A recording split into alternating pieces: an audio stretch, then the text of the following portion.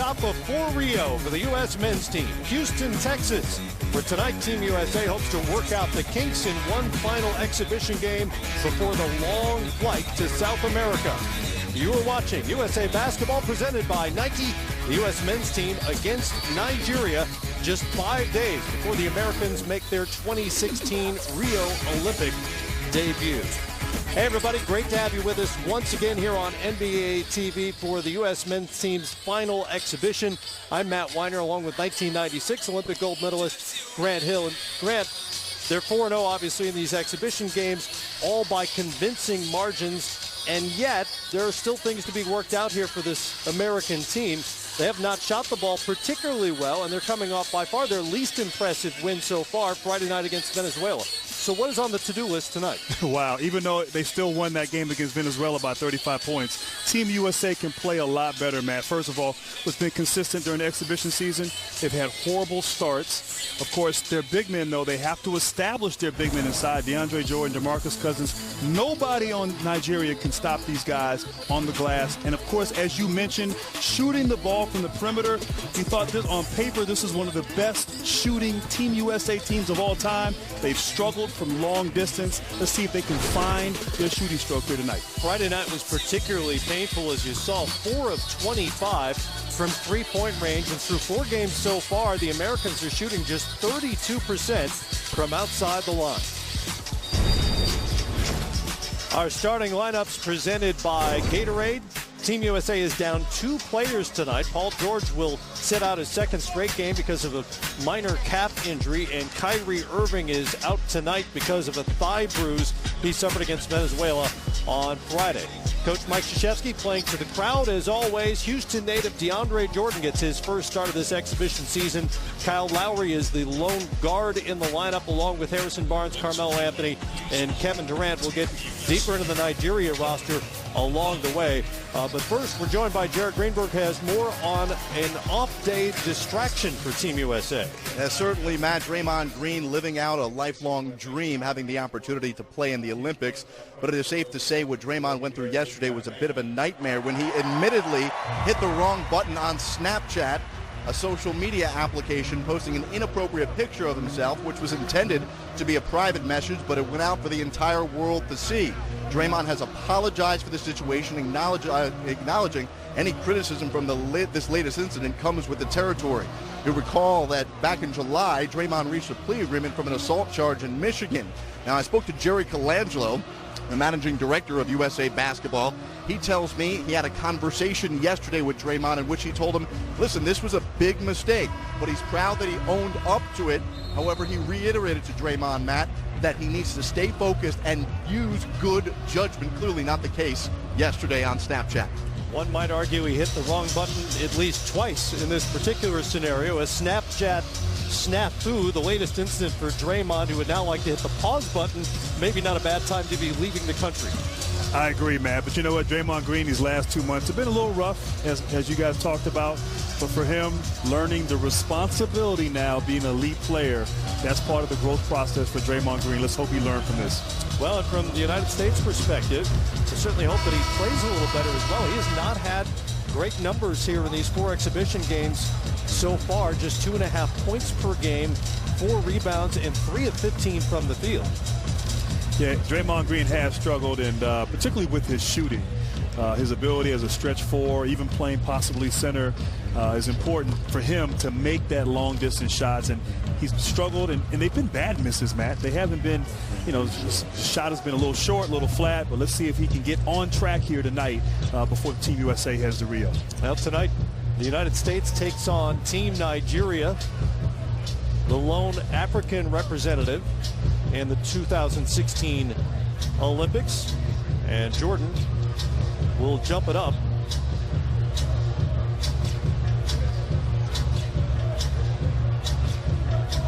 Against Alade Aminu. It's a different starting lineup than we were led to believe for Team Nigeria. They deceived us. Yes, they did. Surprisingly, they won the tip. An early lineup shakeup. Ben Uzo is the point guard. He wears number 4, Houston-born. Talk more about his story as well. That's Ike Diagu, familiar name to NBA fans. wearing number 6, spent last season in China. Once again, Matt, we see USA switching everything on the perimeter, forcing Nigeria into a tough contested three-point shot. That was Ebi Arab, short on the 3, and back comes Harrison Barnes for the United States, wearing their navy blue road uniforms. Barnes with a floater, in and out. Jordan once, Jordan twice. DeAndre Jordan, the Houston native, gets the United States going here early on. For Jordan, it's good to be home, but that's been the one consistent, the bigs for the United States, the ability to dominate the glass. Jordan doing it right there. Whether it's on the offensive or defensive glass or in the interior as post-ups, they really have been the story for this United States team so far. Nigeria off once again. Back comes Carmelo Anthony. Out to Kyle Lowry. Second start for Lowry on 5 exhibition games. Screen from Jordan. Lob to Jordan. Diago was in his way, no call. And I think Jordan should be careful. It looked like Diago purposely got in the way there. Aminu misses from down low. The Nigerians are without Al-Farouq Aminu, which we'll talk about in a moment as you take a look at what happened with Jordan. And his alley from Lowry. It looked like Diago backed into Jordan. Jordan, lucky he didn't get hurt on that play. Great athlete, able to hold on to the rim to regain his balance. But Diago, a pro, knowing can't let Jordan get those type of dunks at the basket. Prevented that one. And Jordan's out now to cover Arab. Inside to Aminu. Fouled by Harrison Barnes, and Alade Aminu will get to the free throw line. I was about to say, his brother, Al-Farouq Aminu, of course, is the best known player currently in the NBA. But he is not with this team, a late decision. And so far, no official explanation from Team Nigeria as to why that is.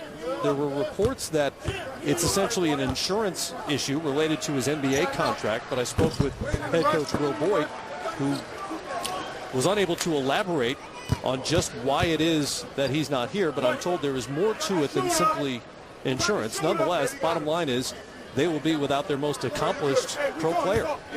Tough go we saw last Friday, Venezuela without Vasquez, and tonight for the rest of the Olympics, Nigeria not having arguably their best player doesn't go well for them. And excuse me, that was a Beckway. Kenny Beckway off the free throw line, and Kevin Durant doing what he does at the other end. First bucket of the night for KD. And doing what he does, Matt, indeed. A smart move by Nigeria. We talked about in the opening, USA struggling from the perimeter. Nigeria goes to a zone, and Durant hits one of his patented jump shots, which bodes well for Team USA, who has struggled. Nice little screen by Jordan, and Durant raised up. You can't give him that kind of room. Going for the 4-point play. Now, Durant has put up good numbers in the exhibition season. 16 points, 52% shooting, 41% from 3. Those all sound great until you look at his Olympic numbers from 2012 when he shot better than 52% from 3-point range. Good perimeter defense. This has been another hallmark of this team. Oguchi short on the 3 for Nigeria. And the United States up 6-2, brings it back the other way. Harrison Barnes from 3. Well, I guess the law of percentages, they were bound to go with USA's way after struggling Friday night, but getting out in transition, hitting quick threes, that's Team USA basketball. Stark contrast to what we saw on Friday night, already 2 of 2 from the 3-point line. Foul out on the perimeter. And conversely, Nigeria, a team that wants to play up-tempo as well, shoot a lot of threes. But I don't know if I'm them. I want to get into that exchanging baskets with Team USA.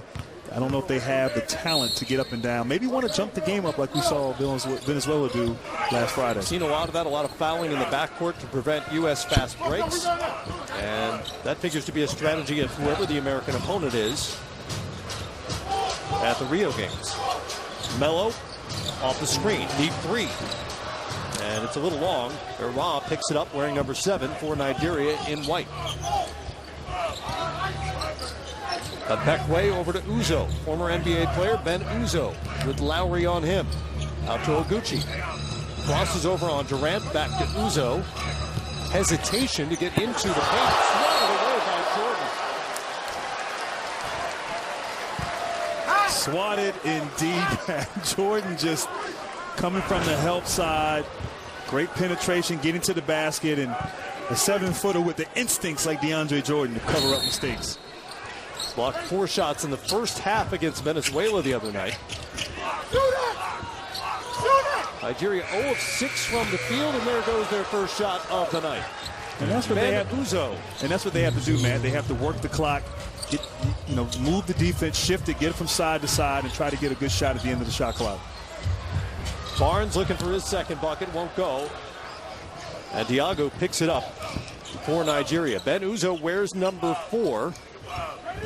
Had one eventful season in the NBA when he played 60 games with the Nets, Toronto, and Cleveland.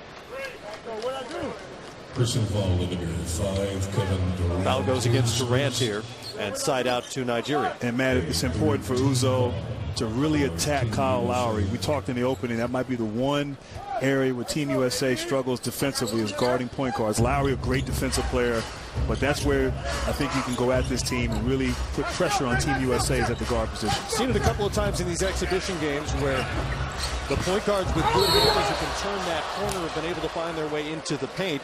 Unfortunately for them, their teammates weren't able to finish a lot of those plays, but it does seem like an area to explore if you're a U.S. opponent. Well, I mean, we're nitpicking here a little bit as Diago gets to the free throw line. But, yes, Kyrie Irving, who's not playing tonight, is someone who's, not really known for his defensive play. And so Kyle Lowry may be a better defender, but still, you have to attack the point guard position, and Udo's got to continue to attack the paint and set up plays for his teammates. Ike Diago is the team captain for Nigeria.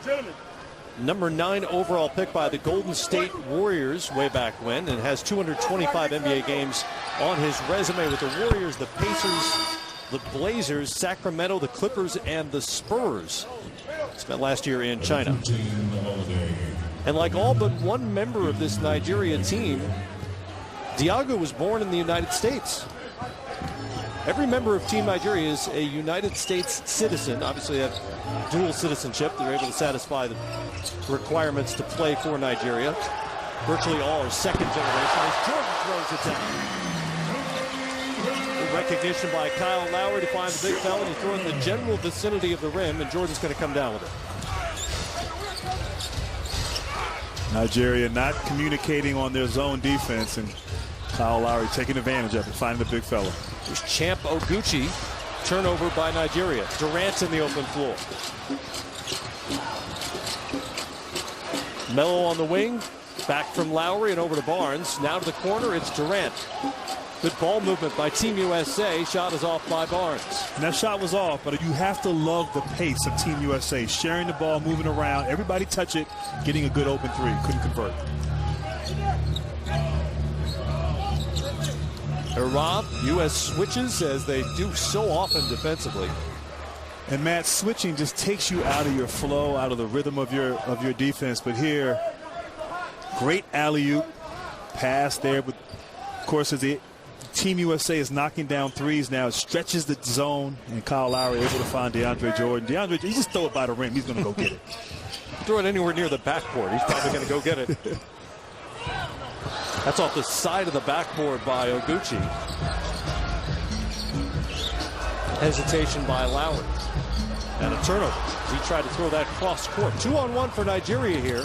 And the lob to Aminu and a bucket via the fast break for Nigeria. And we talked, Nigeria, they want to get up and down. They can get some turnovers and some stops and get out in transition. It's better to do that than try to go against Team USA's half-court defense. First bucket of the night for Aminu. Melo's off on the three-point attempt. And Nigeria, here midway through the first quarter, has a chance to tie the game. Oguchi on the drive. Kicks it out to Uzo. Back in the paint. He goes in front. Uzo throws it down as he got past Jordan. Houston native Ben Uzo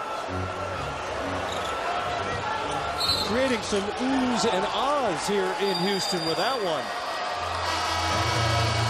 They may be saying Uzo. They're definitely saying ooh. Uzo indeed. Attacking DeAndre Jordan, getting to the basket. Man, oh man. I think those two have played against each other before here in Houston. And it's an 8-2 area. USA Basketball on NBA TV is brought to you by Nike Basketball. bring your game. USA Basketball has partnered with the Tragedy Assistant Program for Survivors, or TAPS, to host more than 350 TAPS youth participants and their families at events this summer. The partnership with TAPS builds on USA Basketball and the NBA's long-term commitment to honor and support our nation's military and families through the Hoops for Troops program. Still a little bit of a buzz in the building here in Houston thanks to hometowner Ben Uzoh's dunk. Not exactly on DeAndre Jordan, but he got past DeAndre Jordan and threw it down to put Nigeria within one of the United States here in the first quarter. Era off on the jumper after the timeout. Jimmy Butler now into the game, and the open floor hangs, and he's turned away by Era. Great defense by number 7, Ebi Era. In transition, Champ Oguchi off on the 3. And DeMar DeRozan also into the game, along with Klay Thompson, DeMarcus Cousins, and Draymond Green for the United States. It looks right now, Matt, that Nigeria feels like they can play with Team USA as Jimmy Butler tips it in, but you saw out of that timeout a little bit of confidence now by Nigeria. They just missed a couple of those open shots. Nice player movement by the United States as well, as Thompson cutting through the lane that created that tip-in opportunity for Butler. And the lead's back to 3 here. Ben Uzoh, switch out on him by Cousins. Good footwork, got it down low. And the shot is off by Aminu. And for Team USA, I'd love for them to get the ball inside as Klay Thompson misses a 3. No one on Nigeria can battle inside with DeMarcus Cousins. I know Ike Diago's got a big frame and has played in the NBA, but Cousins is unguardable against this team. Oguchi into the paint. Scoop shot is up and good. And Nigeria back within 1. Champ Oguchi, given name is Chamberlain. They call him Champ. I like the Champ. Nice move.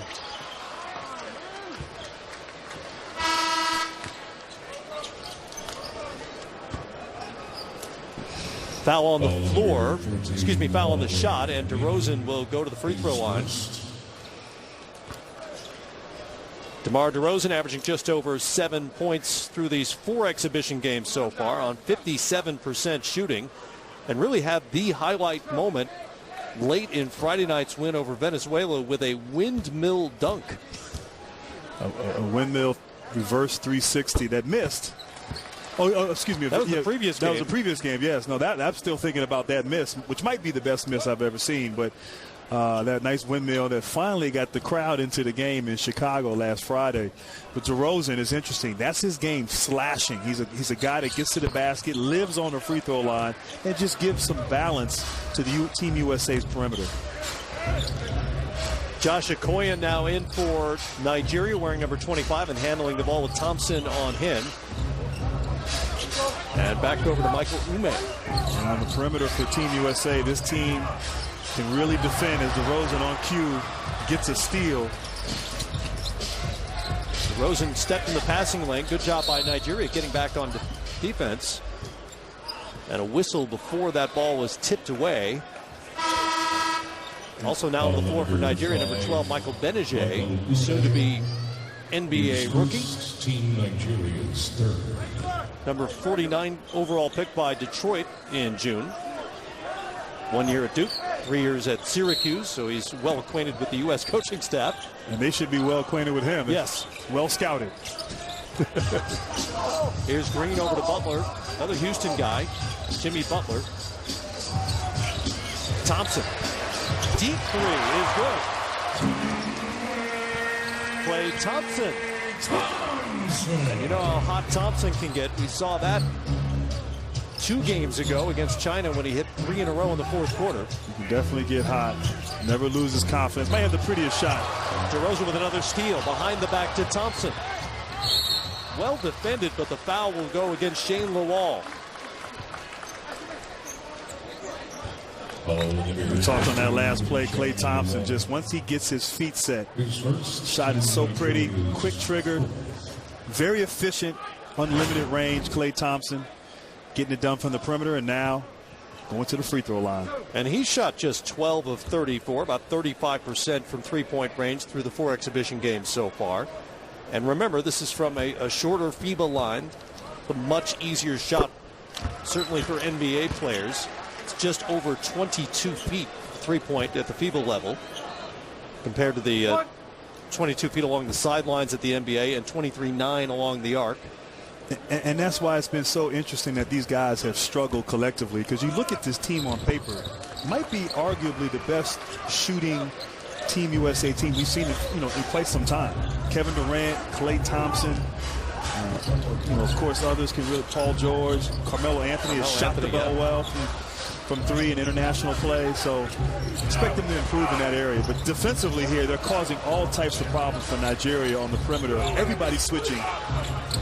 This is almost a lost possession by Nigeria. They haven't been able to get into anything. That was Okoye launching himself, trying to get the foul call. And instead, an empty possession by Nigeria. Great defense by the United States. And on cue, it's Thompson with back-to-back three-pointers. And man, you can't help off of him. I know you get caught in a rotation, but you have to stay in his space. Too good a shooter. It happens awfully quickly when the red, white, blue are involved. A 10-0 run, and suddenly the U.S. is up by double digits. Oh, Grant, the United States has already matched their three-point production total from Friday night when they went 4 of 25. They've hit 4 of 8. Well, definitely more efficient tonight, Matt. But, yeah, definitely, I'm sure that was a point of emphasis. They wanted to come out, get it going from downtown. So far, it's been good, and particularly when Klay Thompson gets going as he's knocked down his last 2 3-pointers. And once again, we're seeing a U.S. opponent struggle from the field. Nigeria's just 4 of 15 from the field and has yet to hit a three-pointer in 6 tries. Well, I'll tell you what, Team USA, when you have Klay Thompson, Jimmy Butler, DeMar DeRozan on the perimeter, you have to do this right here. Get in screen and roll, get Cousins out there. A Beckway off on the 3. Cousins collects it. He's been a very good rebounder. Well, he is a very good rebounder. He's been very good for the U.S. in this exhibition tour. He surprisingly has not touched the bottom. He has not touched the ball in the low post. Good recovery defensively by Benajay, who snuck in for the block.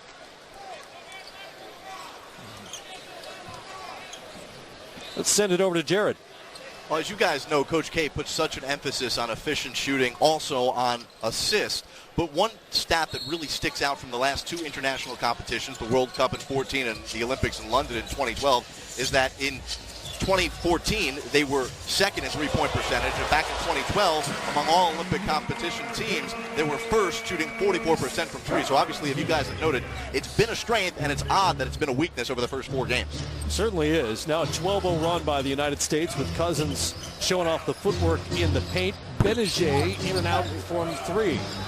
And, man, I'm not totally surprised about the lackluster shooting. This year in particular, I think they did less 5-on-5 scrimmaging in practice to get ready for the exhibition season. Obviously, Coach K thinking big picture, wanting to limit injuries and fatigue. So I think these guys are rounding into form, getting their legs, getting their rhythm and timing, and they'll be okay once they get to Rio. Turnover by the U.S. here. Nigeria can play out the quarter, but Ume will push instead. Okoye. Deep 2 is good for Josh Okoye, who briefly played in the NBA 3 seasons ago. Barnes up against the clock and Benajay, and it's good. Excuse me, DeRozan from the baseline. High arcing shot over Benajay. And the United States, after another slow start, will take a 13-point lead to the second quarter. And I love that right there, DeRozan. That's what he does. Mid-range, difficult shots, knocking it down, giving Team USA a nice little 13-point cushion. Better perimeter shooting so far for the United States. And despite a good push from the Nigerians, it's 27-14 after 1 from Houston.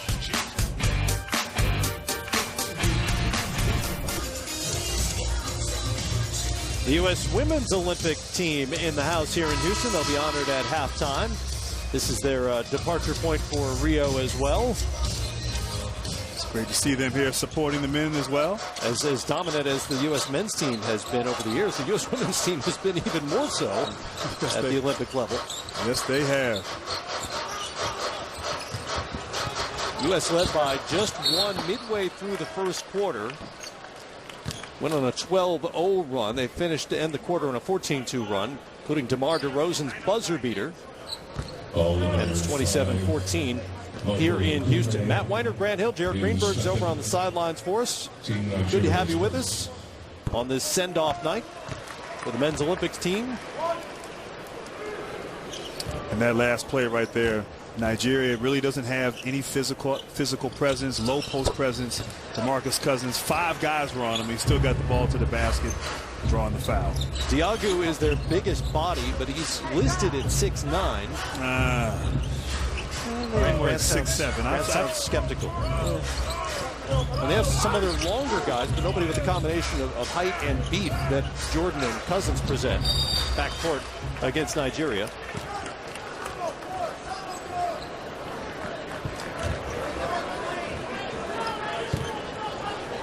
There's Coach Will Voigt, quite a story himself. Played college soccer at Pomona in California Division III school, and then decided he wanted to become a basketball coach. Cousins, that's an offensive foul, no bucket, and they called him for the hook. I'm not sure about that. I got to see the replay, but Marcus Cousins called for using his offhand there. Doesn't really need to with his size and strength down low. And didn't appear from the angle where we're sitting. But you know what? The ref was right in that case. You're saying the referee had a better angle than you did? Yes, they did. Good ball movement by Nigeria, and the bucket to Michael Ume. Michael Ume's a pretty good scorer for this team. He had 16 in a loss to an Argentine team. 11 points, 4 assists in the win against China, and 19 in a loss to a French team so far in this exhibition season. Back to Cousins they go, down low. The wall guarding him, help defense by Ebekwe. And Ebekwe's gotten into it with a couple of players here already. Give DeMarcus Cousins credit over the last couple of games. He had a very frustrating game Friday night against Venezuela. He turned it over 3 times, I believe all on travels. And he hasn't said a peep to the officials for the most part. Remember the issues with maturity and with dealing with officials and bad calls early in his career. There's been no sign of that so far in red, white, blue. Without a doubt, and he credits his experience in 2014 as a growth experience as Butler hits the nice floater. Beautiful touch by Jimmy Butler. Second bucket for him, 4 points. U.S. lead now 15. Ebekwe hanging, and it's an offensive foul on Akene Ebekwe. And I'll tell you have to be happy when your center sacrifices his body to Marcus Cousins, drawing the charge, playing good defense. Drawn a couple of charges on this exhibition tour so far. And what you're seeing from Nigeria, they know that Cousins is a load down there on that low block. So as soon as he goes into his move, they're sending 1 or 2 guys at him, trying to frustrate him, see if he can make the adjustment and find the open shooters. Kevin Durant back in the game for the United States. DeRozan, baseline and a hammer. DeMar DeRozan just lit up Ebekwe. And then a foul after the play, after the bucket on Shane Lawal. And I love the pass here from Cousins, but I love the finish. Although I was hoping for a 360, Matt, but DeRozan gets up high, and one of the best finishers in the world, DeRozan attacking the basket, putting the exclamation point on that play. Ebekwe was there briefly and then thought better of it, tried to get out of the way. Another highlight moment for DeMar DeRozan. He's had a couple of them here in the early going in Houston. And then a foul on Nigeria out of maybe frustration, as Durant adds to that frustration with a quick jumper, now 35-16. That last play, Lowry was hit pretty hard on that illegal screen. Obviously, USA without Kyrie Irving, Lowry going to probably play a lot of minutes tonight at the point guard position. If you're just with us, Kyrie Irving is sitting out of precaution basically because of a minor thigh bruise he suffered Friday against Venezuela. Likewise, Paul George is missing his 2nd straight game because of that calf injury. They believe he'll be fine. That shot is late by Aminu, a shot clock violation for Nigeria. Great defense by Team USA. And I know in Coach K, he will use this opportunity with Paul George and Irving out as some adversity. will these guys respond to some adversity? Obviously, Nigeria, not the toughest opponent that they might see in Brazil. But how do they respond? How do they come out? And so far, it's been pretty good. Durant over Diagu. And Kevin Durant may have the feeling. This game quickly getting away from Nigeria, and the 7 turnovers have not helped so far. That shot was off and hit Aminu. Durant's thinking about it again. Out to Thompson. Good option on the wing. Klay Thompson with another 3. Thompson 3 and 4 now from the great beyond, and after the struggles from outside Friday night, the U.S. has found the touch. They are now 6 of 10 from three-point range. It's a 12-0 USA run. You say good defense, I say better offense. 2 of the best shooters in the world connecting.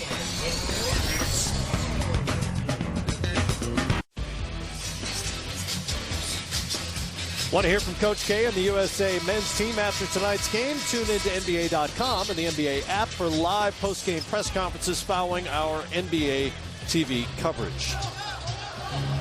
The U.S. has really picked it up here in the second quarter. It's now a quick 25-point lead. It's amazing how quickly these games get away for the United States and their opponents. Champaguchi with the bucket to stem the tide for the moment for Nigeria. And Team USA just so explosive. So many weapons, can beat you so many different ways. Unselfish. Moving the ball well. And then you got a guy like here at 6'10", 6'11". Durant, no. Melo, yes. I'm still mesmerized by that move. It's unfair to be that tall and have that kind of skill and ability, Durant.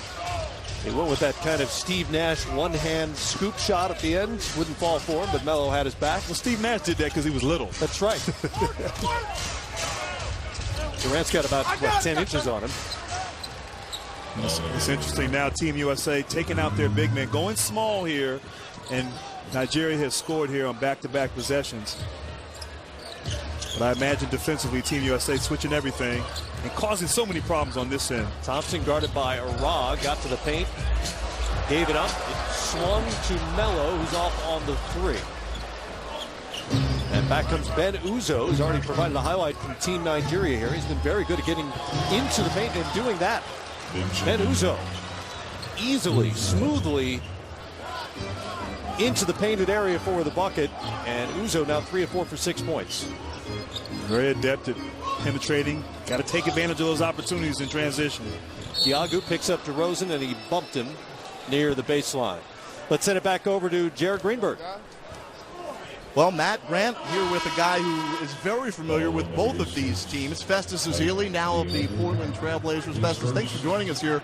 First of all, are you itching to get out there and wishing that you were a part of this Nigerian team? Absolutely. My plan the whole year was to come out here and support my team, was come out here and play with the Nigerian team.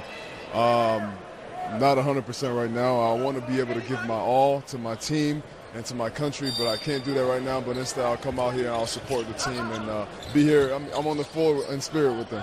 Got injured during the finals. Give us an update where you're at, when we can expect to see you on the court, ready to go. My plan is to be out there playing with my team and start the season. So I've been in Portland training with the trainers over there, and I feel pretty good right now. So hopefully by the start of the season, I'm there ready to go. Guys, we've been sitting together, Festus and I, watching parts of the game here, and it seems like you've been really impressed from what you've seen from the Nigerian team, really hanging with Team USA. Absolutely. I know a few guys on this team can really play, but, the whole purpose of, we are trying to bring more awareness to the sport, especially back in Nigeria, because I think a lot of people that can play for the team are all over doing their own different things. And so if we can get all the guys that are Nigerian-born or Nigerian-raised to come over here and play for the team, I think we will have a really impressive team. We already do. We have a team that won Afro-Basket this year, first time in the country's history. So, the goal is to keep getting better, keep improving every year. Festus, the broadcast is actually being carried over in Africa tonight. What type of support have you felt, have you noticed of the basketball and NBA fans in Africa now? First of all, I want to say hello to all my brothers and sisters out in Africa, but it's been a lot of love. It's a lot of love. Everybody's been supporting us. I witnessed all the love when I was with the Golden State Warriors this year. Now, hopefully you guys bring all that love to Portland, because we are expecting it. But it's it's been great. People, you know, the sport is growing all over the world, and everybody's supporting. I'm a testament to, you know, how kids from Africa can come out here and work hard, make the most of their opportunities, right? So my job right now is to be able to extend those opportunities to people back home, to kids back home. Show them that they can use basketball as a resource to go to school, you know, to get jobs or whatever it is. So, you know, I wasn't here. I didn't come to the country to play basketball. I wasn't expecting to have this as a career, as a job. But now I'm here. So, you know, you never know if you extend these opportunities to kids back home, what will happen. So, you know, I'm bringing it back home, and hopefully you guys appreciate that. I'm sure they do. You've been a tremendous ambassador. You mentioned the Golden State Warriors. We were sitting together when Klay Thompson hit a couple of threes, bringing back memories, and you are very familiar with him doing that as a teammate for a couple of years in the Bay Area. Absolutely. I've seen those guys light it up. 3 of my teammates, actually former teammates, Harrison and Draymond as well. So, you know, it was good to see him again.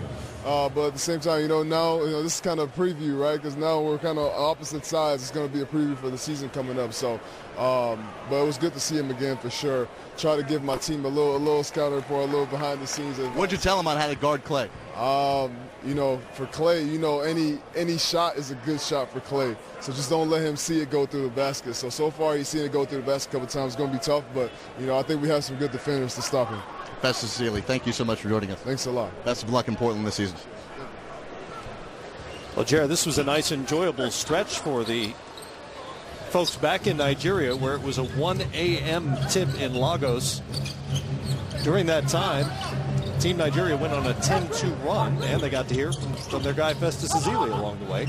This would be a very different looking team if Ezeli and Al-Farouq Aminu, we talked about earlier in the game, were on this roster.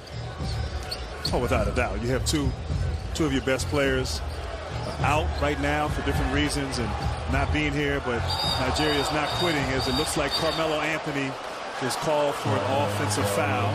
Travel is the call by Jose Carrion, but it could have been an offensive foul because he did use that right elbow to create a little space. And there have been some physical moments here with a couple of Nigerian players. And that's going back.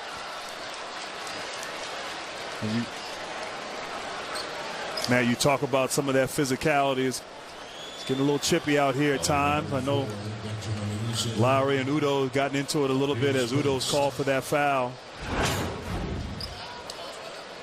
Jordan went to the right hand on the dunk attempt, fouled by Uzo before he could throw it down. And now DeAndre Jordan will attempt to hit his first free throw of this exhibition tour so far. He comes in 0 of 6 in his previous games. And now 0 of 7. His free throw struggles have been well chronicled, of course, 42% for his NBA career. And Grant, he holds the 3 biggest single season gaps between field goal percentage and free throw percentage in NBA history. Wow. And there it goes, finally. And that shot right there, Matt, it looked great.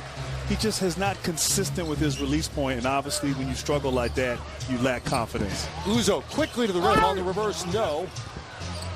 Butler comes back for it, and here's Lowry on the wing. He'll stop and pop for 3. That's off and out of bounds back to Team Nigeria. And that might have been the first team that intentionally fouled DeAndre Jordan while he's going up for a shot. We've seen him get putbacks. We've seen him dunk. No one tried to foul him. We talked about that on Friday where they employ the strategy that's used in the NBA. And that last play they did. Well, the hack of Jordan, the true hack of Jordan, is not really a viable strategy at the FIBA level or the Olympic level because it means 2 shots and the ball. So you won't see that, but you will see teams, as we talked about, fouling in the backcourt as the 3 is well off by Nigeria. But I think when he gets the ball down low, you have to just foul him, wrap him up. As Durant with the nice Euro and finish. But if Jordan has a chance to dunk the ball, you got to wrap him up. Absolutely. Durant now with 11 points. He and Thompson, the only players in the double figures here in the first half. Turnover goes right back to Nigeria. Kind of a dangerous play as Lowry fell on Uzo. And once again, man, just not fair. Durant with a nice Euro, 6'10", 6'11", finishing in transition. Just does it all in the offensive end, can score from downtown, post up, get to the basket. Really one of the the freak of nature in terms of his size and skill and ability, and really one of the go-to guys for Coach K and Team USA. Well, and as his size, he covers a lot of floor with that Euro step.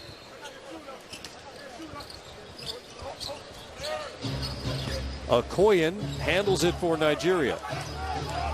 Briefly an NBA player. Got the step on Lowry, but Kyle recovered and was able to tap that ball away, but it stays with Nigeria with 13 seconds to go on the shot clock. And Jordan just, man, he came over. His instincts to help are just off the charts. Obviously, Lowry with the good hands, but Jordan is always there for a confrontation at the rim. Okoyen inbounds to Oguchi. Era, where's number 7? He has it for Nigeria. Screen from Aminu. Era will pull up over Jordan. Won't go. And that's a travel on Kevin Durant, who gives the international signal for my bad right after the international signal for traveling. It is a different game. At the FIBA level, U.S. is dominating anyway, up by 21 with under 2 minutes to go. Let's take a look at our keys to success presented by Jeep, and a look at the schedule ahead. Once the Americans arrive in Rio, they'll take off from here, Houston, tomorrow night. It's about a 10-hour flight down there, and then go through opening ceremonies and prepare themselves for China. Then Venezuela, Australia, presumably with Andrew Bogut, who's played in an exhibition game yesterday. Then a couple of tough games. Remember, it was Serbia the United States had to beat to win gold in Spain at the World Cup 2 years ago. And that France game will be very interesting, considering both of those teams presumably will have already qualified for the elimination portion of the tournament. Back here in Houston, Ike Diagu with the offensive rebound and the putback for Diagu, the former number 9 overall pick. Melo, fade away, beautiful. And that's where he makes a living, Matt. Unguardable, really, one-on-one down there on that low block. Carmelo Anthony with the tough shot and finish.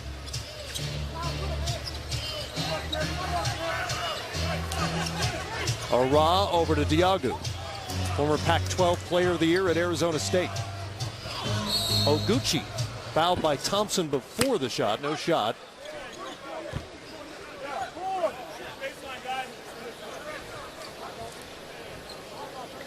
And for Thompson, that'll be personal foul number 3.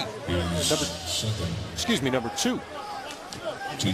And right now, Nigeria with Ike Diagu having Carmelo Anthony guard him, you got to get him on the low block. You got to get him, take advantage of him down there, use your size and strength, see if Nigeria has that awareness. Oguchi came to the baseline looking for it. It's tapped away off Oguchi. Another turnover by Nigeria. That's their 10th here of the half with under a minute to go. And down by 21. Durant handles for the United States. Just one point guard available tonight for the U.S. That's Kyle Lowry, who's in the corner. Thompson, that may have been tipped. Grabbed by Diagu. Ike brings it up for Team Nigeria. Champ Oguchi. Caught Anthony looking, went to his left, but he's off on the three-pointer. Jordan to Lowry. Thompson leaves it for Melo. Back to Lowry. Durant will try it from the same spot. In and out. Kept alive by Jordan. Another opportunity for the U.S. as time runs out here in the first half. Lowry, baseline, comes out the other side. Melo puts it on the floor and finishes at the bucket and one. Just got it off before the buzzer, or so it appeared, and gets the foul call as well.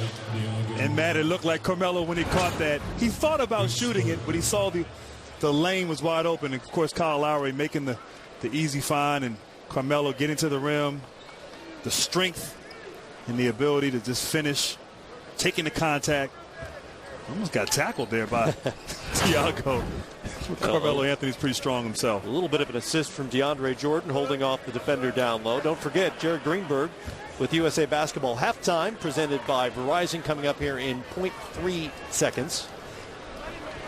And he'll chat with The Hall of Famer Alonzo Mourning, former U.S. Olympian as well, who is courtside here in Houston.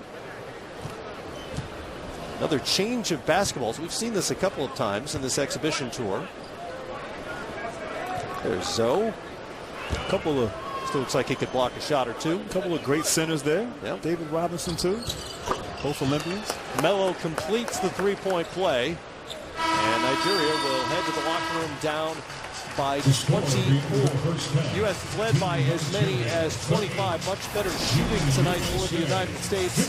Up near 49% and 6 of 15 from three-point range.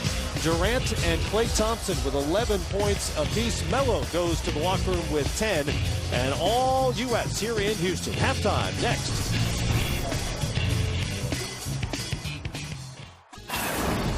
Yeah.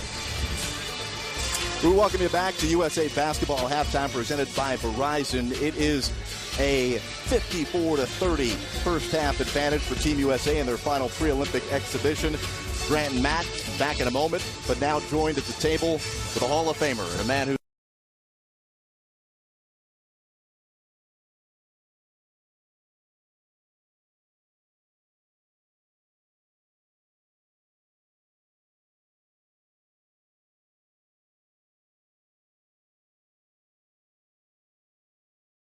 almost like a fraternity, you know, being a part of international basketball and representing the U.S. And I had some fond memories back in the day and played with some amazing players and had a chance to see the world and compete against some great teams. You know, but it's exciting to see USA Basketball playing extremely well tonight, you know, and I'm happy for all the guys. You know, I'm looking forward to seeing them in Rio. You played during an era where there was certainly a huge influence of international players in the NBA, and you saw the game internationally grow as well in these competitions, the FIBA World Championships, and of course the Olympics as well. Right. Well, you know, I was a part of Dream Team 2 with the FIBA World Championships, and then in Australia in 2000. But I tell you, you know, it all started with, you know, with David Stern's vision of with the influx of professional athletes into international play. The 92 with the original Dream Team, you know, and it just kind of woke up the world. It really did, and you know, and it encouraged all of these young players to want to be better on an international scale, and that's why just the international influence in the NBA has grown tremendously. We had about 25-30% of our league is international players, and it all started with the influence of the original Dream Team. A couple of months ago on NBA TV, you and I had a conversation about the evolution of the three-point shot, but now we're seeing obviously a lot of three-point shooting, but a couple of big men like yourself and DeAndre and Cousins who are having an impact. You know, I tell you, I think that's going to be one of the biggest strengths of USA Basketball this year, with the impact that Cousins will have on the inside as well as DeAndre Jordan. So they just got to feed the guys and not get married to that three-point shot. All right, a couple of days ago in Chicago, in this very seat was Dwayne Wade. Now as a member of the Miami Heat front office, what is it like to know that you're going to move on without arguably the greatest player in franchise history not in the uniform? Very disappointing. It really is, you know, but I'm happy for him. You know, he made a business decision, you know, and we have to make a business decision and move on, but he will be missed. What he's done, not just for our organization, you know, but for Miami in general, it can't be replaced, you know, and we're definitely going to miss him. You think maybe he could do what you do and come back? Yes, I hope. That would be great. That would be awesome. We will miss him, though, for sure. What are you looking forward to in the second half here? Another dominant half of basketball. I expect them to shoot the ball well and pound it inside like they did earlier in the game. What else would Alonzo Mourning say? Gold medalist, the Hall of Famer, the NBA champion. Joe, thank you so much for joining us here. We've got plenty more to do. I appreciate it. As we get you set for second half action in the final pre-Olympic tune-up for Team USA as they lead it 54-30 over Nigeria at the break. Toronto Raptor fans happy to have DeMar DeRozan back in a uniform for another several years because he is just electrifying. He's been doing it throughout the pre-Olympic tour. He continues it tonight as a 24-point halftime lead for Team USA. The United States Olympic Committee has selected Los Angeles as the U.S. bid city to bring the Olympic and Paralympic Games back to America in 2024. Let's give our Team USA athletes an Olympic home field advantage in 2024. To learn more and to show your support, log on LA24.org. Second half action just around the corner. Matt Wider and Grant Hill back on the mic when we return to Houston.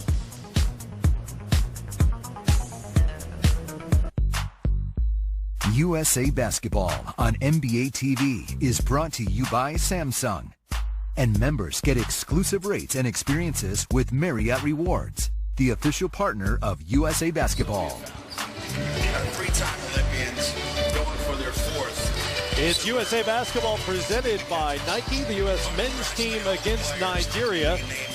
And the Americans lead at 54-30 at the half. Back with us in Houston. Welcome again, everybody, to our NBA TV coverage. Final dress rehearsal for the United States. Better than what we saw certainly on Friday night, as they led by as many as 25 and settled for a 24-point halftime lead. Definitely better than Friday night. They've come out, they've played well on both ends of the floor. But in particular, Matt, they have shot the ball well from the perimeter. Been very unselfish, moving the ball around the court, finding the open man, and of course, knocking it down. Kevin Durant, Carmelo Anthony have set the tone, being aggressive and efficient from the perimeter. And of course, Klay Thompson, one of the best shooters in the world, being very efficient off the bench for Team USA. The United States knocked down 6 threes in that first half. As we take a look at our game summary presented by Samsung, Nigeria's 0 of 13 from three-point range. They've shown an ability to get into the paint a little bit, but just haven't been able to knock down shots so far. The United States also has 11 assists, although they do have 9 turnovers, 19 total turnovers between the two teams here in this first half. U.S. women's Olympic team being honored here at halftime in Houston. They're off to Rio as well here over the next day or two. As we take a look at Kevin Durant, who shared the scoring lead for the men with Klay Thompson, 11 points apiece in the first half. U.S. scored 27 in each of the first 2 quarters. And they lead at 54-30. This is the final tune-up for Team Nigeria as well. The 25th ranked team in the world according to the FIBA standings. And going to their second straight Olympics after going 1-4 in 2012. They begin their Olympic schedule on Sunday against Argentina. Actually beat Argentina in an exhibition last week, or I guess that was 2 weeks ago in Las Vegas. Good experience for them as well. Without a doubt, and considering they're without their 2 best players, Festus Ezeli and Farouk Amino. Al-Farouk Amino. Thank you for the correction. Now Portland Trailblazers teammates, by the way. That's true. They are teammates, yes, indeed. But considering that, and they're down 24 right now at halftime, but they've competed, they've played hard. They just have struggled shooting the ball from the perimeter. 0 for 13, just unacceptable against Team USA. 4 different Nigerians shared the scoring lead with 6 in that first half. They shot just 35% from the field. And we're only able to get to the free throw line 4 times. Something else Coach Will Boyton probably likes to improve on in the second half, which has just begun. Great to have you with us here on NBA TV. Ben Uzo to Holiday Aminu. Back it comes to Champaguchi. Deep inside, Ike Diago trying to post up on Cousins, and Cuz fouled him at the block. And Matt, finally Kyle Lowry gets a break. He played the entire first half. Now it looks like Jimmy Butler was inserted to guard the point guard and play point guard position for the Team USA. And not having Kyrie Irving tonight, others are going to have to step up. Might be Butler, might be Kevin Durant. You have some good options, though. Aminu was held by Thompson, and it's an and one for Holiday Aminu. And I'll tell you what, just a nice in-line, out-of-bounds play. They executed. You got a team that can switch. You got to come together on those switches. If you're Team USA, Aminu was able to take advantage. Now it's going through a 3-point play. Third foul for Klay Thompson as Aminu goes to the line. 6'11", a 28-year-old. Played in Israel last year, and the older brother of Al-Farouk Aminu, both native of Stone Mountain, Georgia, not far from where many of us at Turner Sports live in Atlanta. NBA TV facilities. That's right. Get down the road.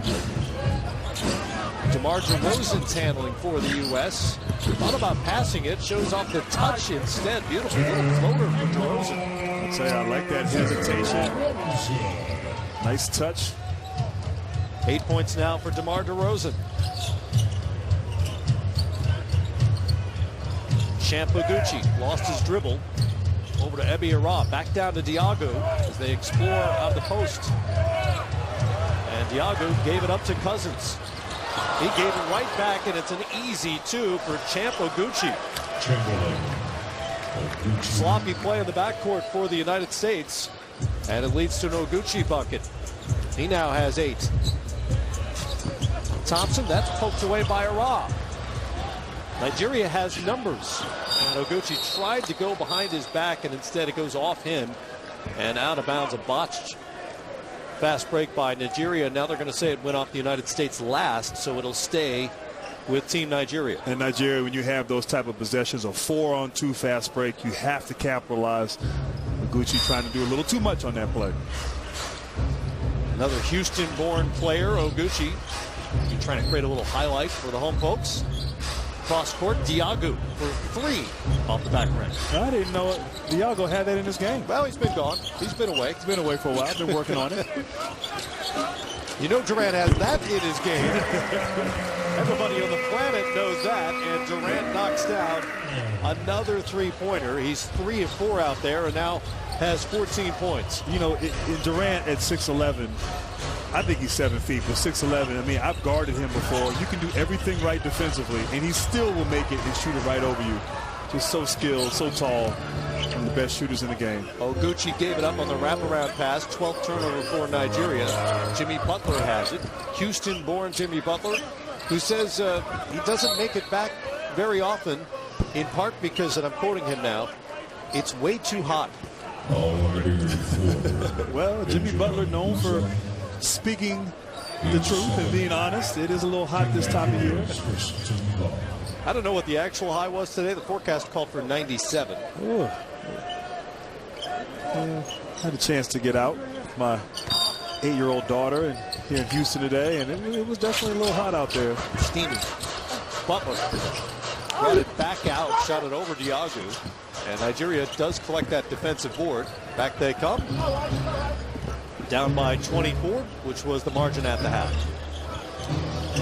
Oguchi again looking for Diago out of the post. See what Diago can do against Cousins.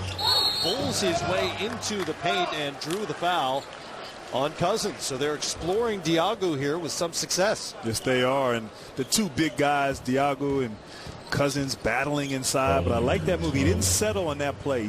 Got the ball, gathered himself, and attacked the basket. Cousins got caught for reaching in. Diago shooting 2.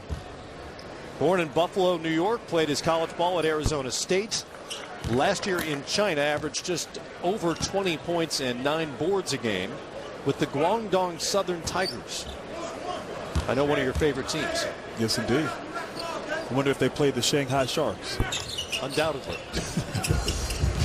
That had to happen. That had to happen. Durant with it for the U.S. Screen from Cousins. To the corner for Butler. With ball movement, easy shot, and Butler buries it to put the U.S. up by 27. That's their biggest lead of the game so far. Butler with 7 on the night. Uzo lost it on his way up. U.S. has numbers. Cross court.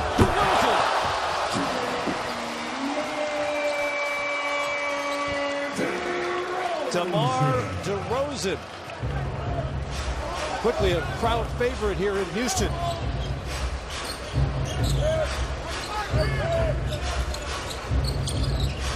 Good defense by DeRozan on the other end to prevent that backdoor pass. Diago shows 3, bumped by Cousins.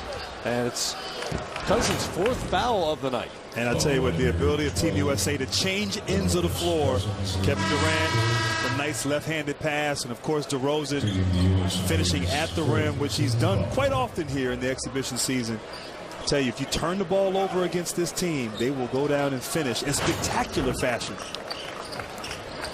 Again, 4th foul now on Cousins. He has 4 points and 2 rebounds.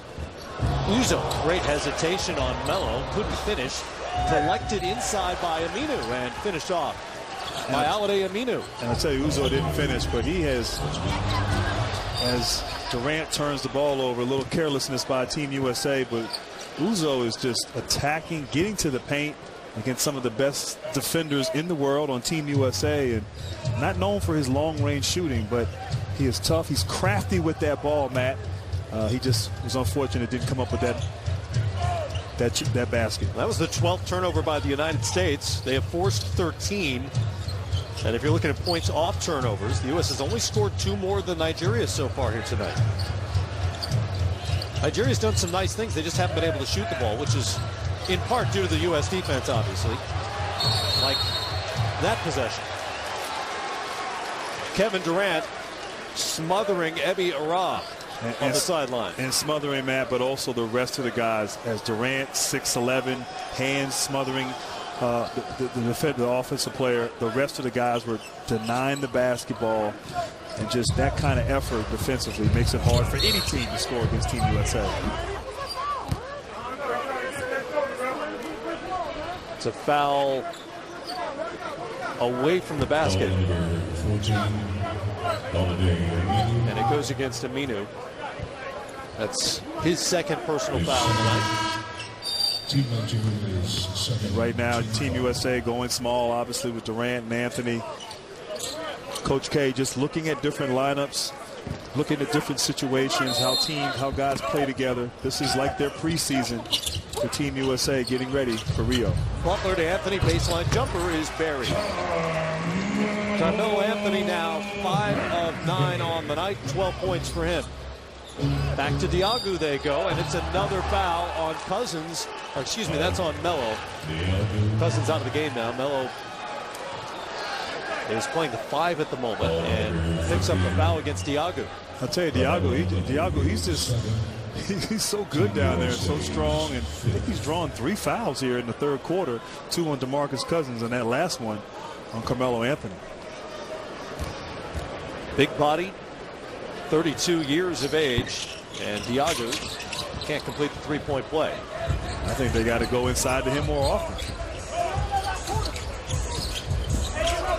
Interesting to see if we'll see Jordan again here anytime soon, with Diagu creating out of the posts. DeRozan got Bidije in the air, and DeMar DeRozan earns himself a couple of free throws. I think DeRozan, knowing that he has the soon-to-be rookie Bidije on him, just one of his patented moves, stutter step, ball fake, sells the shot, gets the defender off his feet, and gets back to the free throw line where DeRozan has made a living. He is one of the best in the NBA at reaching the free throw line, and he's already had a pretty great summer.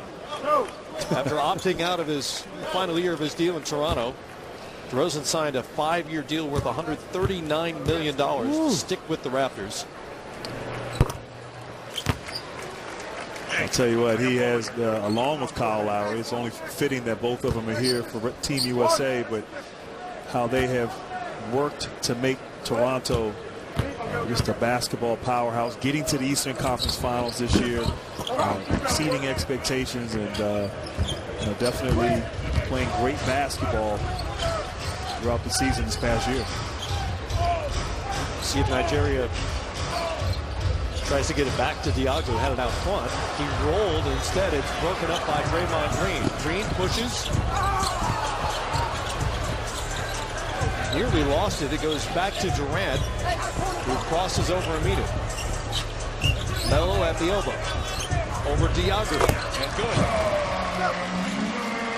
Just smooth.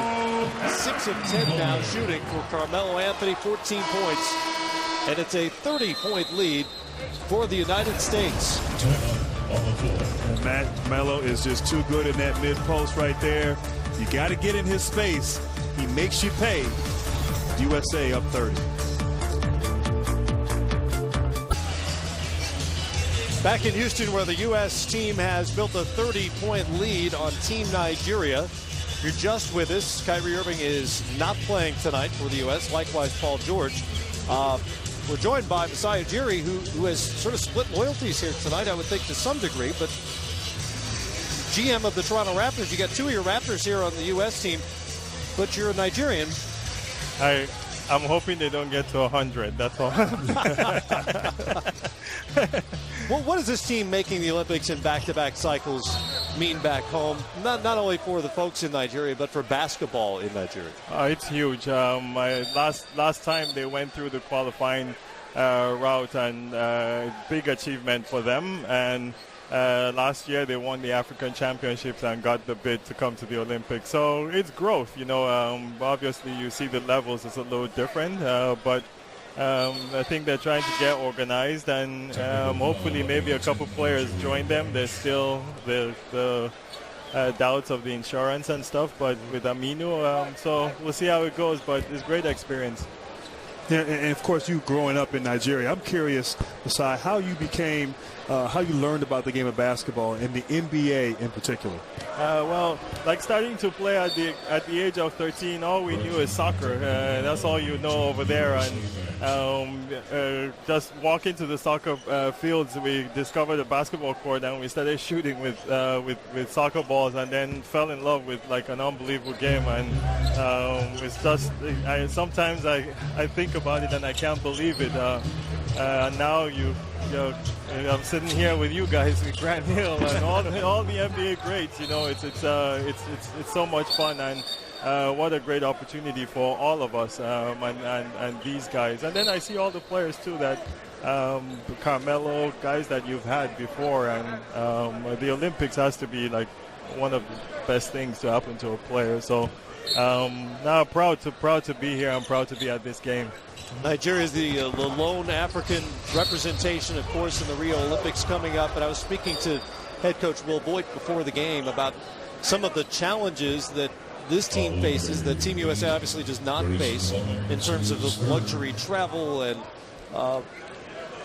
they've embraced it, he says, and taken on sort of not a chip on the shoulder exactly, but hey, we're going to use this to our advantage kind of approach as they go to the Olympics. You have to, and it's unfortunate that sometimes it's like that, whether it's funding or organization, sometimes not that high of a level, but it's playing for your country, and I think it's a different thing. And I played for Nigeria, and I coached the Nigerian national team, and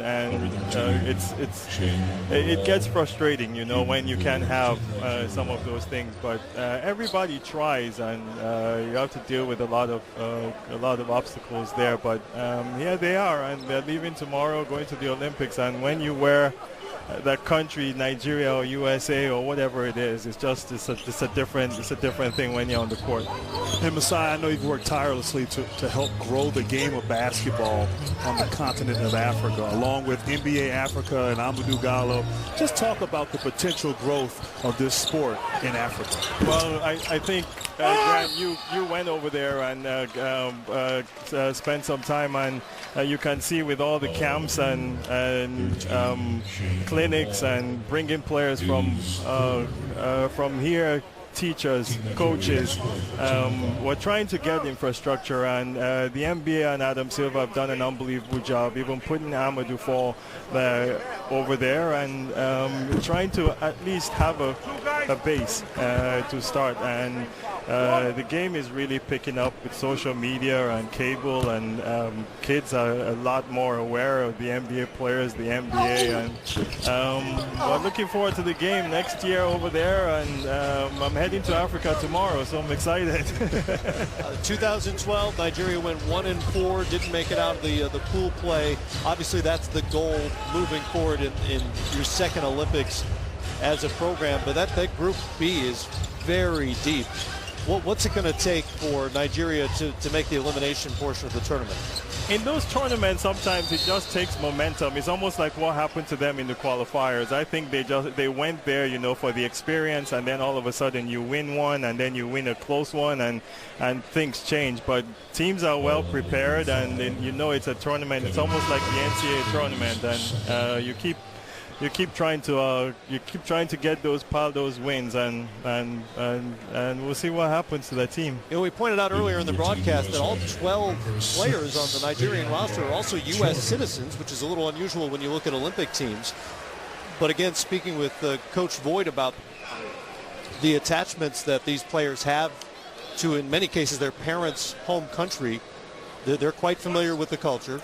They know the country for which they are playing. What does it mean to these guys in an unusual circumstance where they are raised so far from a country they're now representing in the Olympics? Well, we have so many of them that move here or are born here, either come to college or come to high school, and a lot of their parents migrated over here, and it's good to see. You know, now they go back, and a lot of them want to give back to the country and the continent, and it's also an opportunity to play.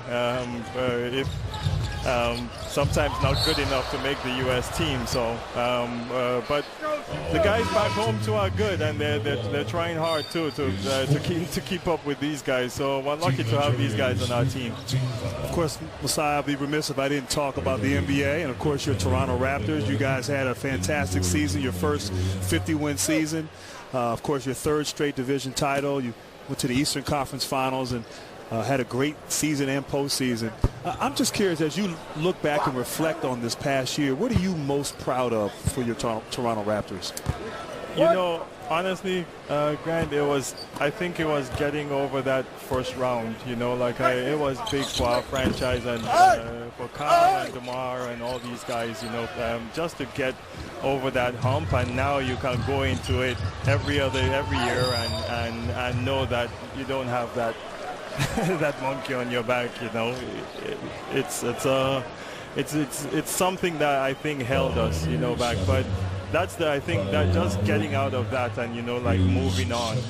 But these guys fought. We struggled at times, and they fought through it, and we gained experience. So we're a growing team, and hopefully we continue to grow and do better. Shane Lawal at the free throw line as we take a look at tonight's play of the game presented by Kaiser Permanente. And once again, DeMar DeRozan is involved. Your guy with the Raptors who's had some highlight moments here with Team USA. I know. It's all kinds of dunks. I told him not to show too much. Keep some for next season. I know Coach K is playing Kyle Lowry a lot of minutes out here. Yes, it's time to slow him down a little bit. No, it's great for these guys. They look like they are enjoying themselves so much. And I tell you what, it starts in a couple days. They all leave, and then there you go. DeAndre Jordan from Lowry, an alley-oop from about 50 feet away. And the U.S. lead is 34.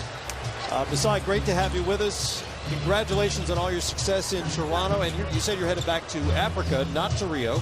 No, but not you'll be enjoying the games in Africa, I assume. So I'm going to my camps they start next week with Giants of Africa, and I'm really proud of going to 6 countries, and the tour starts in a couple days. So I look forward to it. But I'll be in Rio for a couple days too. So okay, you're all over the place. He's really a man of the world, Masai Ujiri, and in the running for best GM in the NBA. Yeah, best with this T-shirt. Even the T-shirt is good. So is DeAndre Jordan. Lowry knows where to find him. At the rim, as always, the U.S. cruising by 37. The WNBA's 20th season is in full swing. Don't miss a minute of the action as the season resumes on Friday, August 26th. Be a part of this historic campaign and get your tickets today at WNBA.com/tickets. U.S. on a 9-0 run as we headed to break. Good to chat with Masai Ujiri. A remarkable story in and of himself. From Nigeria to an NBA general manager as a Okoye misses on the 3. Back comes Draymond Green. High dribble, cross court to Melo and one. And Carmelo Anthony, one of the world's best scorers, is doing just that again. 7 of 12, 18 points, and a chance to get to 19 at the free throw line. And Melo, once again, just so strong inside, great finisher. I do like, though, on that play, Draymond Green getting the ball, getting out in transition, much like he does with the Warriors, and, of course, finding Carmelo for the three-point play. You would think, with the way this roster is structured, that Draymond Green, if he gets some minutes, could be first, second, maybe third in assists on this roster. I'll tell you what, with the shooters you have out here, the guys that can score, and his ability to facilitate and find the open man, I think so. He's just got to get the minutes, which might be difficult, unlike his play with the Golden State Warriors. This rotation will tighten up when the team arrives in Rio. Ume well off on the three. Barnes collects it, backs in. Spin to the baseline. Goes to reverse. Won't go. Ball stays with the U.S. Much better shooting night for the Americans. Just under 54% and 9 of 20 from three-point range.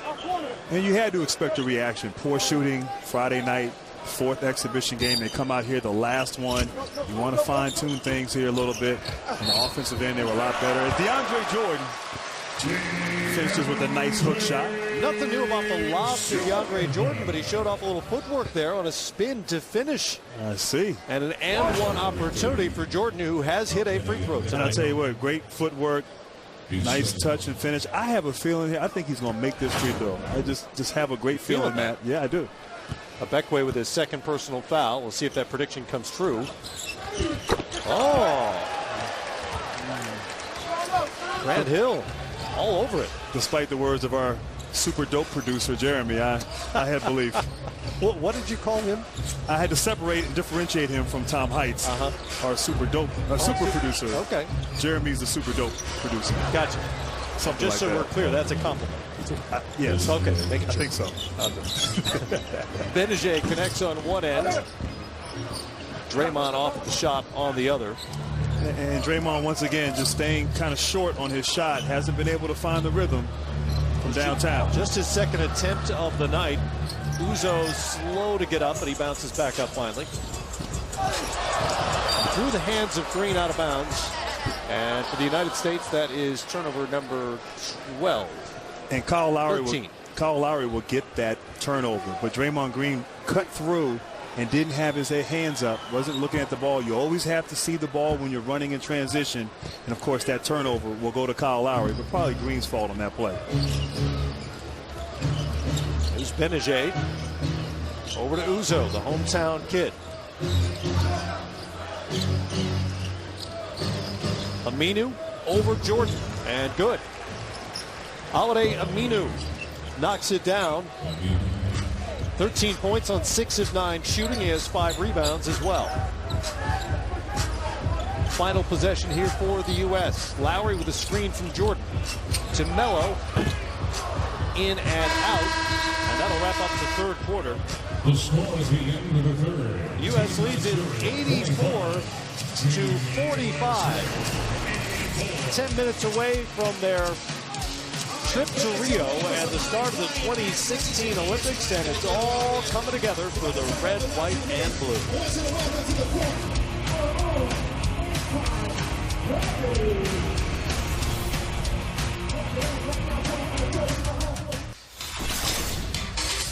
DeAndre Jordan has actually hit not just 1 but 2 free throws tonight here in his hometown of Houston, Texas, and that makes his coaches happy. Watch Jim Boeheim. Is he yawning right there? Oh, makes his teammates happy as well. A little mini celebration over there, man. Makes DJ happy. It's his first 2 made free throws of the exhibition tour. U.S. comfortably ahead once again. But a turnover starts off the fourth quarter. And Michael Ume handles for Nigeria, wearing number 5. Over to Michael Benajay. The Bekwe up top. Over to Uzo. Lost it. Gave it to Aminu. Up against the shot clock and Draymond Green. Finally gets it off, but that won't strike iron. And it's a shot clock violation for Nigeria. And I'll tell you, when Team USA locks in defensively, as our buddy Craig Sager here in attendance. Sage's in the house. Sitting alongside Jerry Colangelo. Did not realize Craig was here tonight. Didn't know Good that to see either. him. Great to see him. He's dressed down for the evening. Yeah, it's a bright pink shirt. That's down for Craig. But I tell you, when this Team USA, when they lock in defensively, wow. I mean, they just make life miserable for you. They switch, they pressure, and they have the luxury of knowing they're not going to have to play the whole game. They can get the rest and get a substitution if and when they get tired. Cousins missed it. Eventually it comes back to him, but a travel on Draymond Green. That's a traveling call that the coaches have talked about. 15th turnover for the United States. You have to put the ball down before the feet start moving, and it's an adjustment coming from the NBA game. It is an adjustment. We saw more traveling calls, I think, Friday night against Venezuela. A little fewer tonight, but that's a play that Draymond Green has made many a times in the NBA, and obviously will be called for traveling here in international play. Nigeria also hasn't employed the strategy of fouling the Americans in the backcourt like we saw Venezuela do the other night. There's Uzo's really good at getting to the rim and finishes off the play there. 8 points now for Ben Uzo, former star at Tulsa, former NBA player as well. Butler on Aminu, out to Dre. Lowry for three, and good. 10th three of the night for the United States. Gotta love that unselfish play, just sharing the ball, finding the open man. Lowry's feet set, knocks it in. Now, whatever the result tonight, Grant, it is not going to be as lopsided as what happened 4 years ago in the Olympics when the United States beat Nigeria 156-73. Wait, did you say that right? 156-73. It was the most lopsided result in Olympic men's basketball history. Wow. Carmelo Anthony had 37 in that game. And the United States hit 29 threes against Nigeria. Wow. Well, Nigeria's improved. So a moral victory of sorts here tonight in Houston, regardless of the final score. Well, there's no human being alive who better personifies the intersection of Team USA, Nigeria, and the Houston Rockets than the Hall of Famer Hakeem Olajuwon, who was born in Lagos, of course moved to the United States, played in Houston. You see a nice round of applause here for Craig Sager, just introduced. Played at Houston collegiately, and then went on to win a couple of championships with the Rockets, and eventually became a naturalized U.S. citizen and won a gold medal alongside your team in the 1996 Olympics. Yes, indeed. It was really an honor and a privilege to play with Hakeem Olajuwon, and we would scrimmage and play one-on-one against each other every day after practice. He couldn't shoot in the paint. I couldn't shoot outside the paint. And we had some good battles, but I mean, his footwork was amazing. It was like guarding a guard out there. And just a true gentleman and one of the great legends of the NBA and, of course, of international play and international competition. It's become standard practice over the last few years for aspiring post players and even some wing players to go visit Hakeem to work on their footwork. Some of that, I don't know how you feel about this, some of that you just have or don't have as a player. It certainly can be improved. That you don't have if you're a normal human being. Cousins with the dunk. You make a great point, excuse me, Matt, that, you know, look, what he has is something that you just can't teach. And even now, as he's older in age, his footwork, his ability to move in the post, you know, not many guys can do that. And as Lowry knocks down another three-point shot, but Hakeem Olajuwon, the most graceful down there on that low block, just a beauty to watch. And one of the best to ever do it. Cousins hits the Americans 11th three. They're 11 of 24 from the great beyond. And Cousins is one of those guys who has great footwork for a big man. Turnover, and there's one of those half-court, or excuse me, backcourt fouls employed by the opposition. First time that has happened tonight. Jerry Colangelo told me by their count it happened 8 times against Venezuela on Friday night. It's a smart strategy to not only keep the United States from getting those easy transition buckets, but in the case of the exhibition games here, keeping the crowd out of it, which was very much the case Friday. Yeah, I wouldn't be surprised if we see a team down in medal play or early in the early rounds try to use that kind of strategy. Just jump the game up a little bit, slow it down, not let Team USA get out in transition, as Benajay tried to go backdoor and finish. I'm not sure what he did on that play. It looked really pretty for about 2/3 of the move, and then he just kind of lost it. Now, under FIBA rules, there is an intentional foul, and we spoke about that earlier with regards to DeAndre Jordan. which gives the other team not only 2 shots, but the ball back. So it is not a play that we expect teams to employ against Jordan. On the other hand, in the backcourt, if you're in front of the player, you can just grab it, and there really is no penalty. It's just a foul. So you'll see that a lot against the United States in Rio. The Americans were running a fast break drill yesterday at practice, and I was joking with Jerry Colangelo, asking him if I should make it more realistic by just grabbing players before they cross half court. You should have told Coach K that. He might have put you in the lineup. He doesn't want me out. Well, in a lot of cases, when they go 5-on-5, Team USA, that's going to be the best competition. I recall back in '96 on that dream team with Hakeem Olajuwon, as Jimmy Butler knocks down a mid-range jump shot, every day having the opportunity to go against Scottie Pippen, who at that time was the standard at the small forward position. One, you can't help but get better, but 2, you're not going to find any better competition in the world. And so I looked at it as an opportunity as the youngest guy in the team, and I did get better. I gained a lot of confidence and learned a lot of tricks from Mr. Pippen. Nice ball movement by Nigeria, and Shane Lawal throws it down. He is the one Nigerian-born player on this roster. He, too, made his way to the United States. Grew up in Michigan. Thompson in and out. Stan Okoye handles and gives it up. Here's DeRozan. And that's not in the backcourt, but a similar sort of foul by Uzo right there.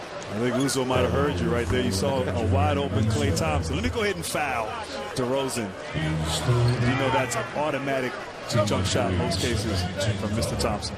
Uzo was briefly a teammate with Kyrie Irving in Cleveland and with DeMar DeRozan in Toronto in his one season in the NBA. Interesting story about Uzo is that for years during his college career at Tulsa and then his pro career, he was quietly suffering numbness in his right arm. He didn't want to tell anybody for fear of alarming folks and hurting his career, but he was eventually diagnosed with something called thoracic outlet syndrome. And trying to rebuild his NBA career. Thompson knocks down another three-pointer. It's Thompson's 4th of the night, 14 points for Klay. I mean, that shot right there is more efficient than a layup. Klay Thompson just gets open, he knocks it in. Makes it look awfully easy. There's Uzo handling. And he is somebody that could have a big night. I mean, I expect him to go for 30, possibly 40 in international play. He just scores so easily and so quickly, Klay Thompson. Oguchi blocked by Lowry. Thompson. He's shooting this. Oh, okay. Lowry well off on the 3 attempts. Get another try if he wants it. He does. It's short. There's Thompson effectively saved the Warriors season in Game 6 of the Western Conference Finals with that 41-point bucket binge.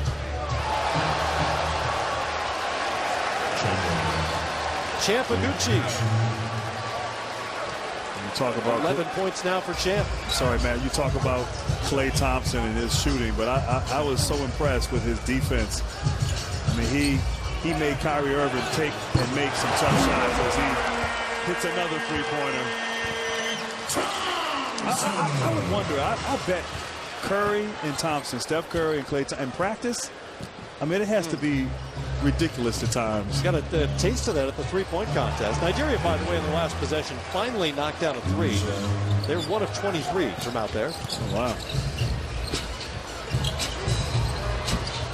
For a little bit of a reaction from the crowd in here. Cousins with the cleanup. Cousins with 6 and 5 boards. Technical foul on Nigeria. I thought that was an inadvertent whistle right there. It was a technical. Klay Thompson stroking it here in Houston as he gets ready for Rio. Ready to shoot? Always, no matter the country. One of the world's best.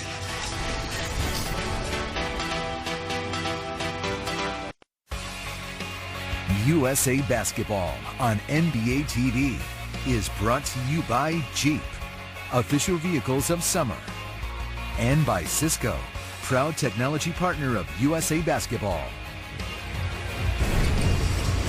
Tonight's Stat of the Night presented by Nike is good news for fans of Team USA. They have shot the ball much better from outside the three-point line tonight.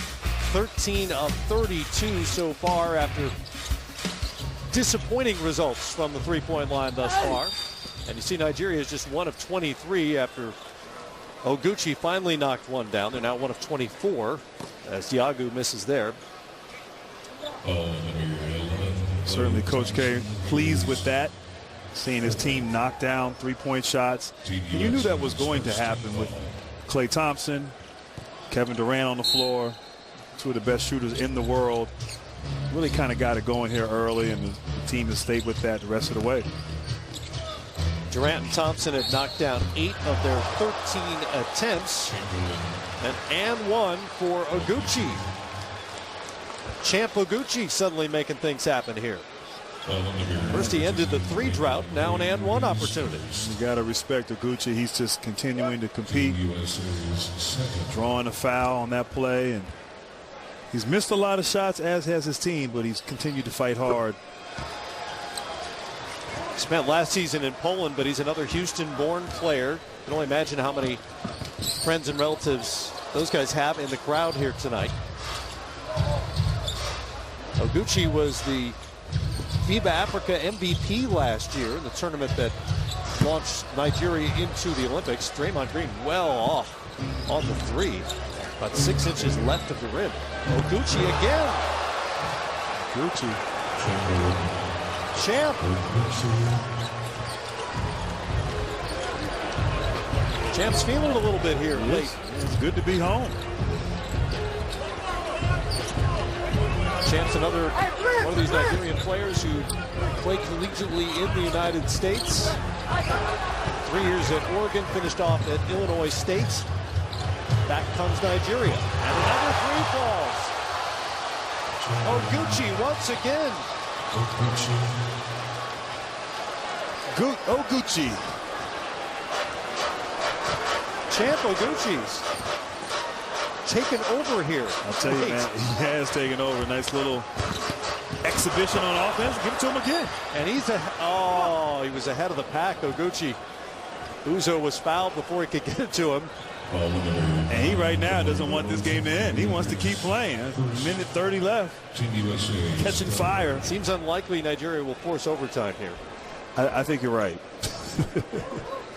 13 points in the 4th quarter for Chamberlain Champ Oguchi, including 4 threes, the only 4 threes the team has hit all night. And Nigeria has to get him the ball. They got to find a way to get him the ball. He's on fire right now. This is like Kobe on the last night of the regular season, right? Get it to Champ Oguchi. Get it to Champ. Oh. Diagu will have none of that. He tries the 3 and misses. Cousins lost it in transition. Barnes goes to the left hand. Nice finish by Harrison Barnes. Barnes got the start tonight. 3 of 8, 8 points, and a rebound.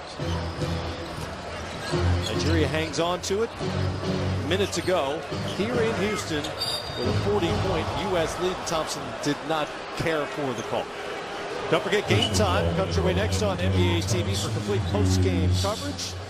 Rick Kamla and Steve Smith, 2000 Olympic gold medalists. My twin. That's right. Only on NBA TV. It's interesting because I spent a lot of time with both of you, so I don't confuse the two of you for each other, but I've seen it happen so many times on the streets of America. It's remarkable. It's even happened in our NBA TV studios, which is kind of embarrassing. But I think it's the shoulders. Must be. Diagu was turned away by Barnes on one end. On the other end, Cousins got a deep position and dropped it home. Cousins now 4 of 7 for 10 points. He has 5 boards as well. And that was a textbook play, a rim run, as they say. Big man running the court, posted up as Oguchi finally misses here, it seems, in the 4th quarter, but Cousins continuing to play hard. Lowry lobs it up for DeMar DeRozan. Raptor to Raptor and hard to the rim.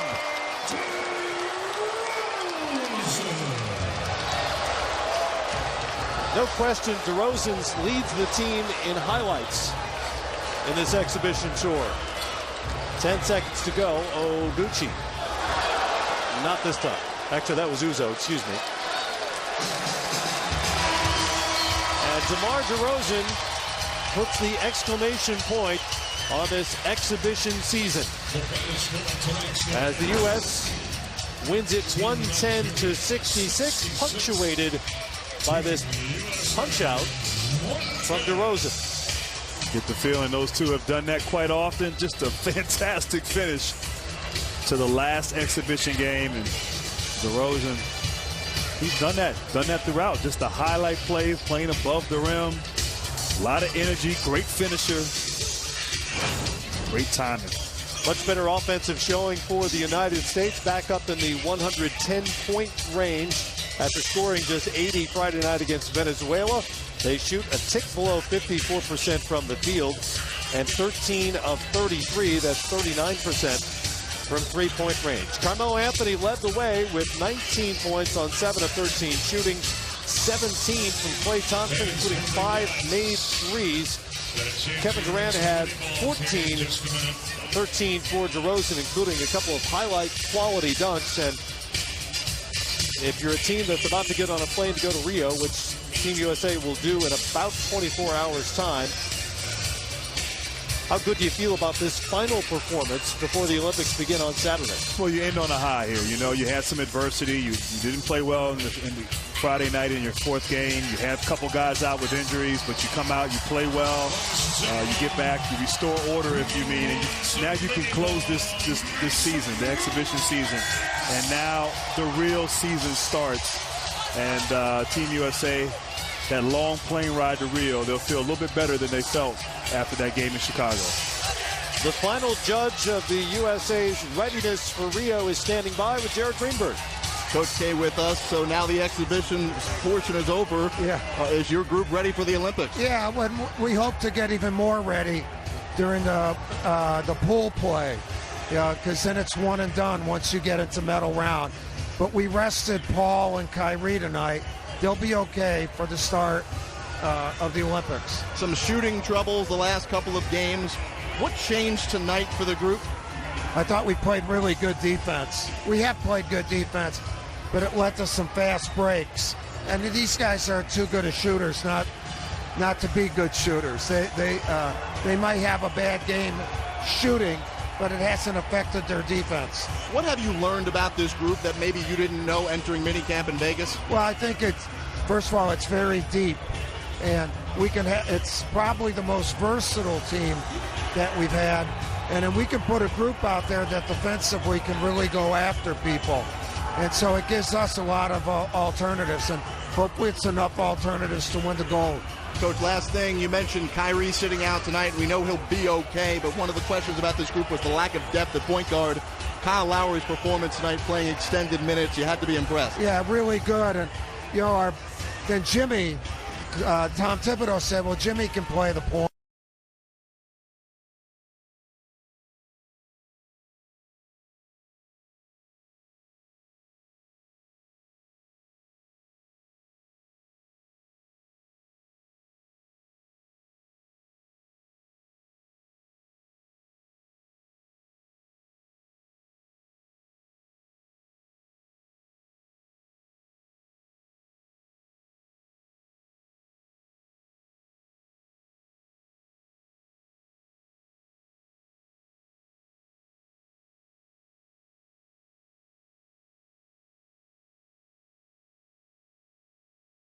It's gonna be so many open threes, so you gotta take threes before you take twos, but the rhythm gonna come. We've been playing in so many different arenas with the ball, and I don't want to make that excuse, but once we get there and have a chance to just lock in, and we practice in the same gym, we play in the same gym, that rhythm gonna come back, so we're not worried about that. Explain to everybody what is different about the basketball.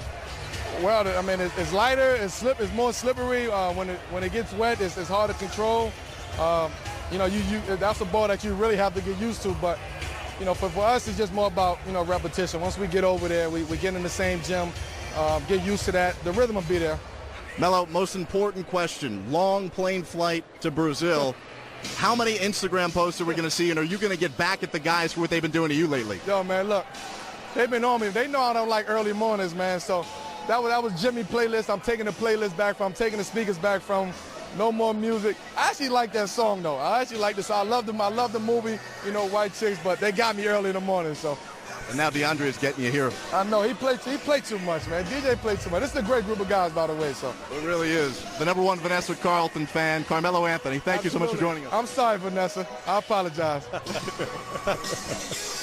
Well, they're certainly enjoying themselves in the run-up to the Rio Olympics. But, Grant, now it's time to get a little serious because the games begin on Saturday. Having watched this team now over 5 exhibition games, what would you say the strengths are? What are the potential concerns for them as they go into pool play and beyond? Wow. Well, I think, first of all, I've been impressed how this team, 2 guys who played in the previous Olympics.